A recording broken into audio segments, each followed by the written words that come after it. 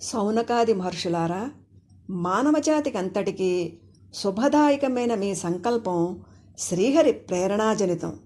హరిభక్తి జ్ఞాన వైరాగ్యాలను ప్రసాదిస్తుంది. శ్రీహరి యొక్క దివ్యలీలాగాథలు వింటూ నిరంతరము ఆయననే ఆరాధిస్తూ, కీర్తిస్తూ, ధ్యానిస్తూ తమ జీవితాలను శ్రీకృష్ణార్పితం చేసే మానవులు జనన మరణ సంసార బంధాల నుండి విముక్తులై మోక్షధామాన్ని చేరుకుంటారు. శ్రీహరి అంటేనే జ్ఞానము, వీర్యము, శక్తి, బలము, ఐశ్వర్యము, తేజస్సు కలవాడని, దోషరహితుడని అర్థం.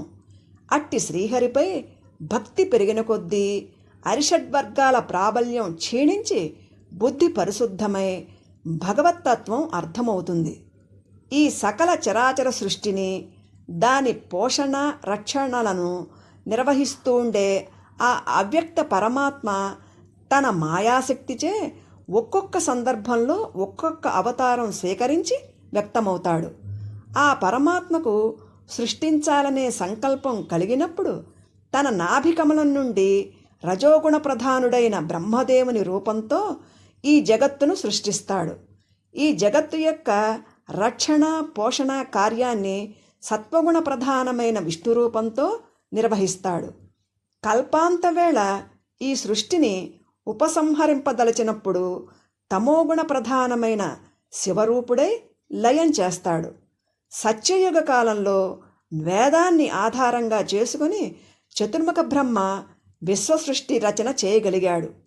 కలియుగ మానవులు అల్పాయుష్కులు, అల్పమేధస్కులు కావున వారికి వేదాన్ని అర్థం చేసుకునే శక్తి ఉండదని తలచిన వ్యాస భగవానుడు ఏకరాశిగా ఉన్న వేదాన్ని ఋగ్వేదము, యజుర్వేదము, సామవేదము, అథర్వవేదము అని 4 భాగాలుగా విభజించి తన శిష్యుడైన పైలునకు ఋగ్వేదాన్ని, వైశంపాయనకు యజుర్వేదాన్ని, జైమిని మహర్షికి సామవేదాన్ని, సుమంతునకు అథర్వవేదాన్ని ఇచ్చాడు.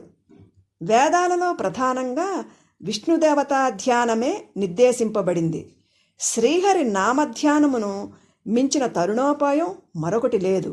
వ్యాసమహర్షి సర్వవేదసారాన్ని భాగవతంలో పొందుపరిచి తన కుమారుడైన శ్రీశుకునకు బోధించాడు.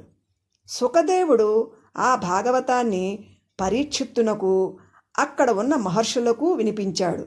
నేను కూడా ఆ సదస్సులో ఉన్నాను కనుక పవిత్రమైన భాగవతాన్ని వినే భాగ్యం కలిగింది. నేను విన్న ఆ భాగవతాన్ని నా శక్తివంచన లేకుండా మీకు వినిపిస్తాను. భక్తి శ్రద్ధలతో ఆలకించి తరించండి.